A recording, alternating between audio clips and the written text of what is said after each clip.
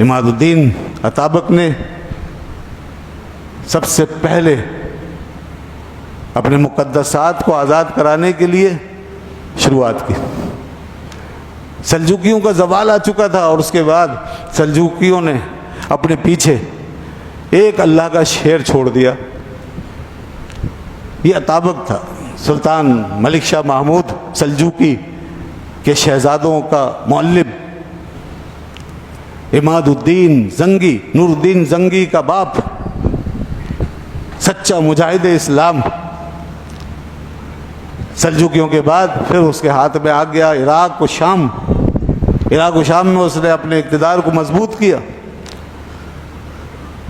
اور آپ کے علم میں ہے کہ اب تک یہاں عیسائی قابض ہو چکے تھے۔ مسلمانوں کے مقدسات پہ عیسائیوں نے حملے کر دیے تھے اور ان پہ قبضہ کر لیا تھا، اور صلیبی بیت المقدس کے اوپر قابض تھے۔ یہ سارا علاقہ ان کے قبضے میں تھا۔ انہوں نے اپنی پچھلی شکستوں کا بدلہ لیا۔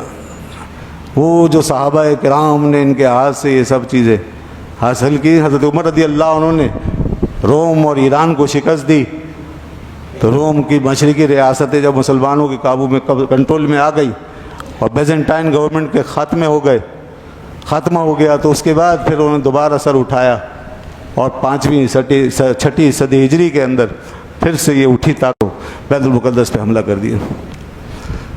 اس کے بعد پھر مسلمان اٹھے ہیں، تو یہ زنگی خاندان عربوں میں سے پھر لوگ پیدا نہیں ہو سکے، مگر ادھر اللہ نے، وہ اقبال نے کہا نا کہ ادھر ڈوبے ادھر نکلے، ادھر ڈوبے ادھر نکلے، ادھر سے مجاہد نکال دیے۔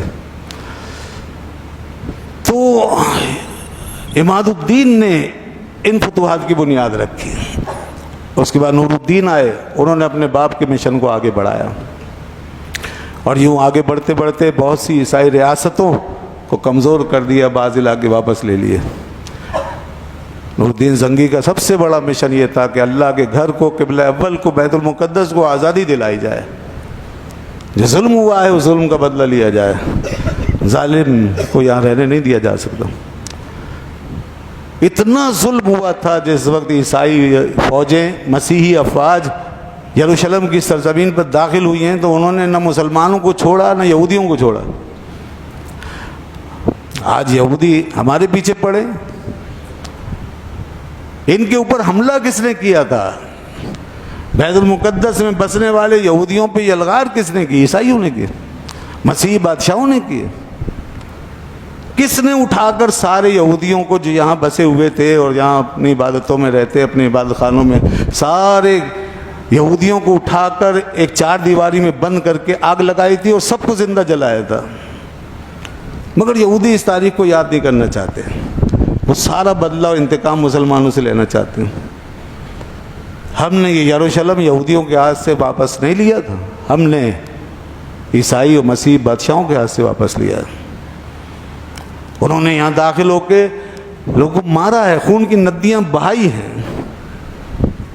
یہاں پر خود مورخین، مغربی مورخین نے لکھا ہے کہ جس وقت یہاں عیسائی افواج داخل ہوئیں تو انہوں نے اتنا ظلم کیا ہے، اتنا قتل و غارت کیا ہے، اور اتنے لوگوں کا خون بہایا ہے کہ خون سے ساری زمین بھری پڑی تھی، دیواریں رنگین تھیں، اور گھوڑے جو ہیں خون کی ندیوں میں چلتے تھے، گھٹنوں تک خون آتا تھا۔ اس قدر خون بہایا گیا، بے قصور لوگوں کو مارا گیا، بلا امتیاز مارا گیا، مرد و خواتین، بچے، بوڑھے، جوان، سب تحقیق کیے گئے۔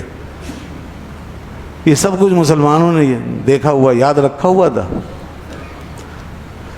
اور اس کے اوپر یہ کہ مقدس مقامات کی توہین ہو رہی تھی، اور اتنے دل گردے مضبوط ہو گئے ان ظالموں کے، ان سفاکوں کے، کہ انہوں نے وہاں بیٹھ کر پھر مسلمانوں کے پیغمبر کو چیلنج کرنا شروع کر دیا۔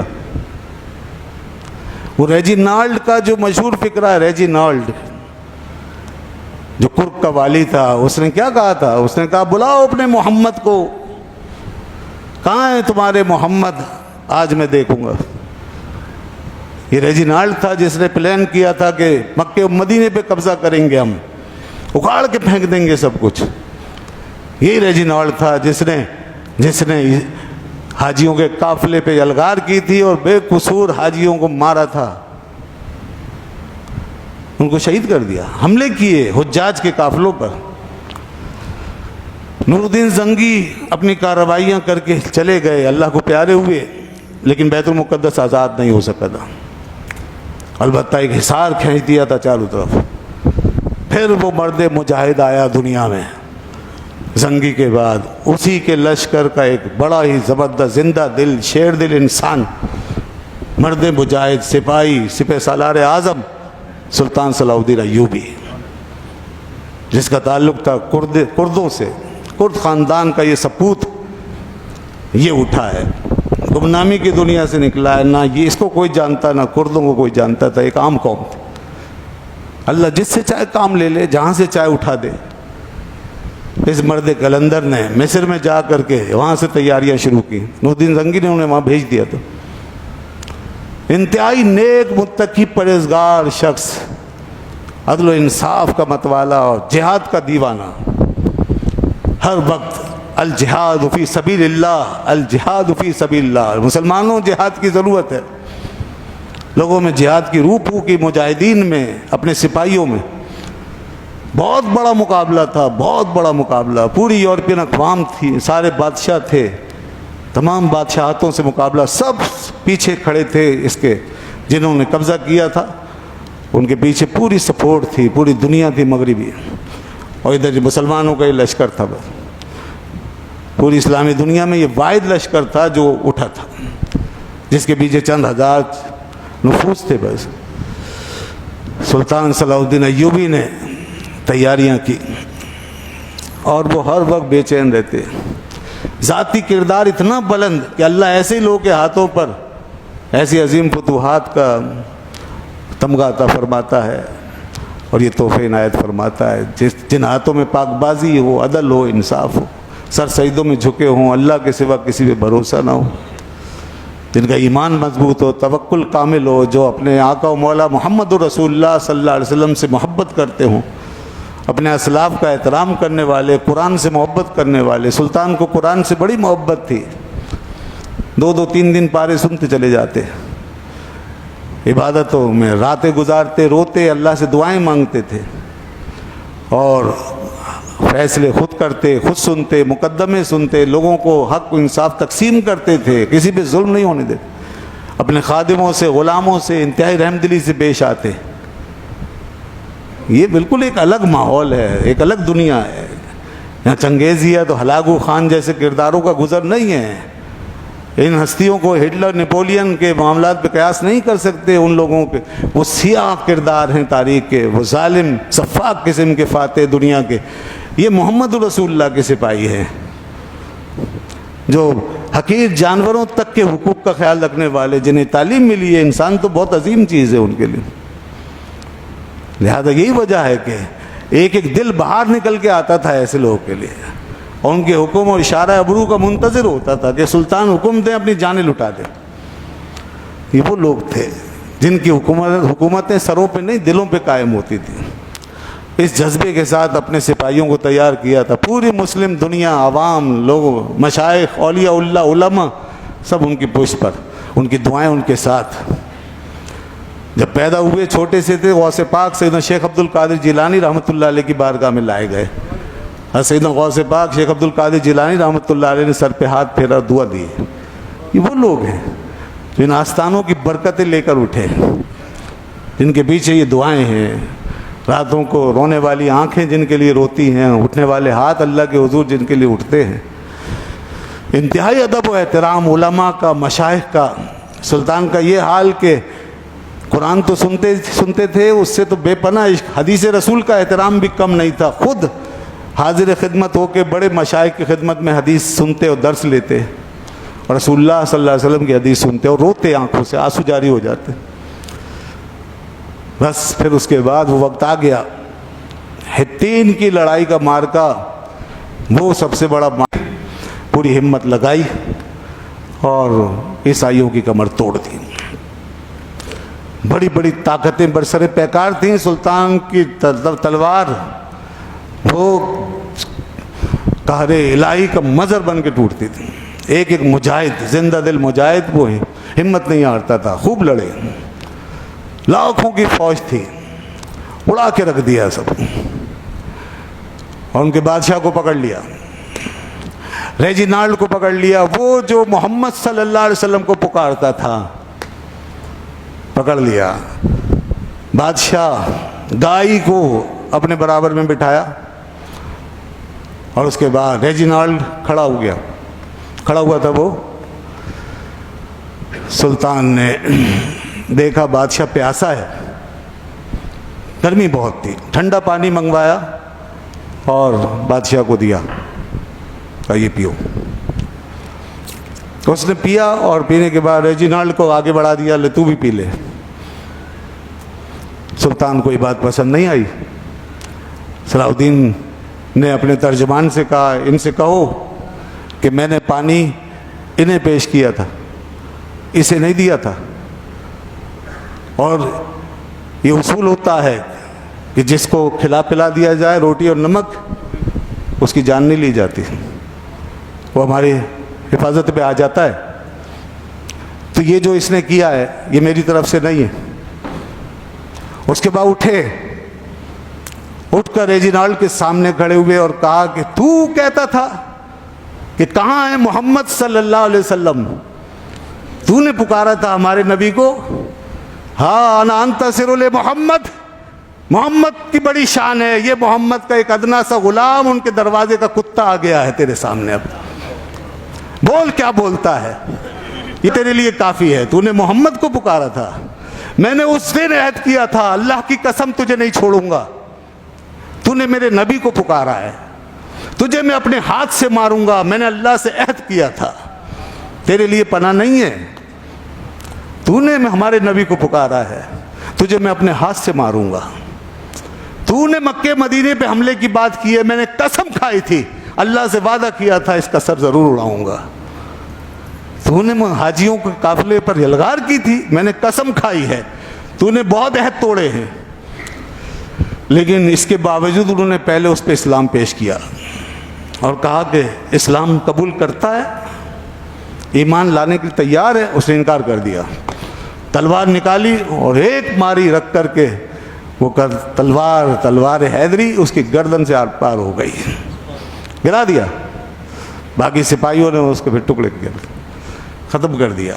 اس پر جو گائے کا بادشاہ تھا وہ تھر تھر کانپنے لگا کہ میرا کیا بنے گا، یہ تو مجھے چھوڑیں گے نہیں۔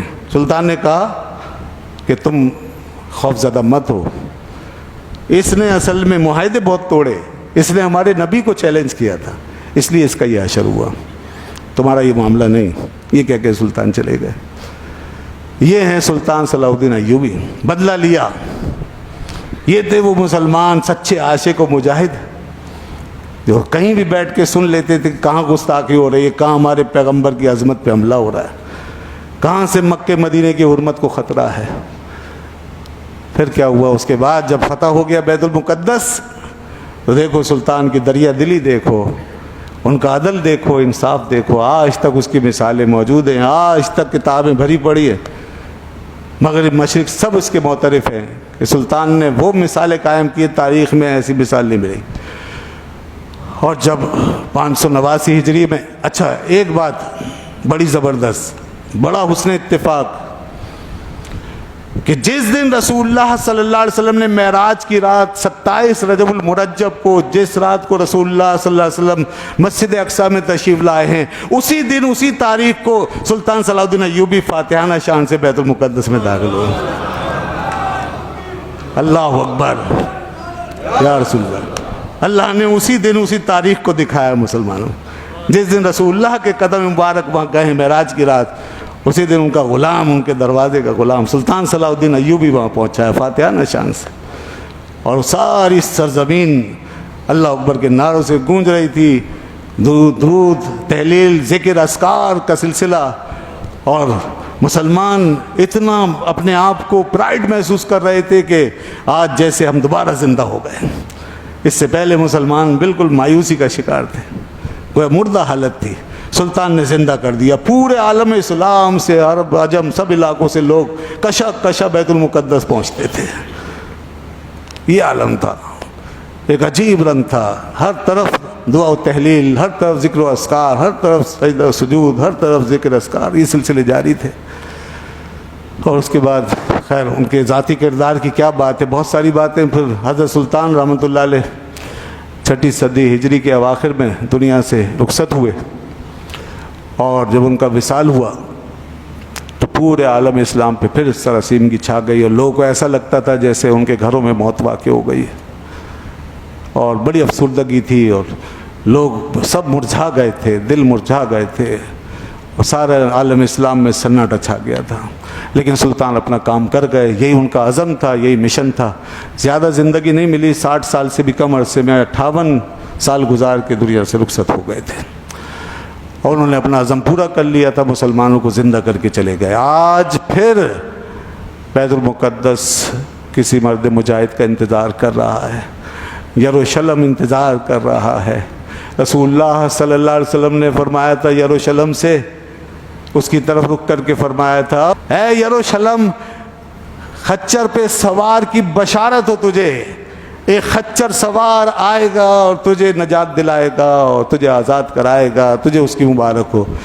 مگر یہ خچر سوار حضرت عیسیٰ علیہ السلام، جو قطعی طور پہ جنہوں نے آنا ہے، باقی سب کی آزمائش ہے۔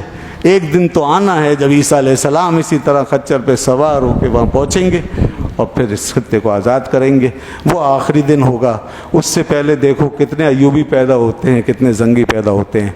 آج اتنی بڑی مسلم دنیا، 60 کے قریب مسلم ممالک، لاکھوں کی افواج، اتنی بڑی بڑی فوجیں، اتنا اسلحہ، اتنے بادشاہ، اتنے سلاطین، اتنے حکمران، اور کروڑوں کی، اربوں کی آبادی، اس کے باوجود ایک ایوبی پیدا نہیں کر سکتے۔ وہ چند ہزار کے ساتھ جا کر پورے بیت المقدس کو آزاد کرا گئے۔ آج بچے چیخ رہے ہیں، رو رہے ہیں، تڑپ رہے ہیں، آوازیں در و دیوار سے آوازیں آ رہی ہیں کہ کوئی تو آ جائے، کوئی تو آئے۔ کب تک مرتے رہیں گے؟ جن کے گھروں میں لاشیں گر رہی ہیں ان سے پوچھو۔